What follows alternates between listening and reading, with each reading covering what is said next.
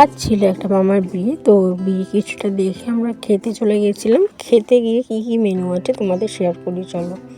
তো প্রথমে এখানে ফুচকা খেয়ে নিয়েছিলাম, এখানে তারপরে কফি খেয়েছিলাম। তো এখানে খেতে বসে গেছি, লেবু, স্যালাড, ভেজিটেবল চপ, তার সাথে ছিল সস, আর তারপরে দিল ফ্রাইড রাইস, আর ছিল মটর পনির, যেটা খেতে খুব ভালো হয়েছিল।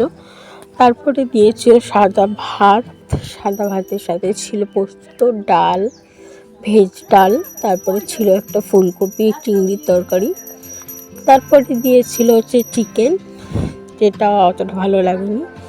তো তারপরে চিকেন খেয়ে আমরা চাটনি, পাঁপড়, মিষ্টি, দই আর লটস, তারপরে হচ্ছে পান্তুয়া তার সাথে, আর তারপরে ছিল হচ্ছে একটা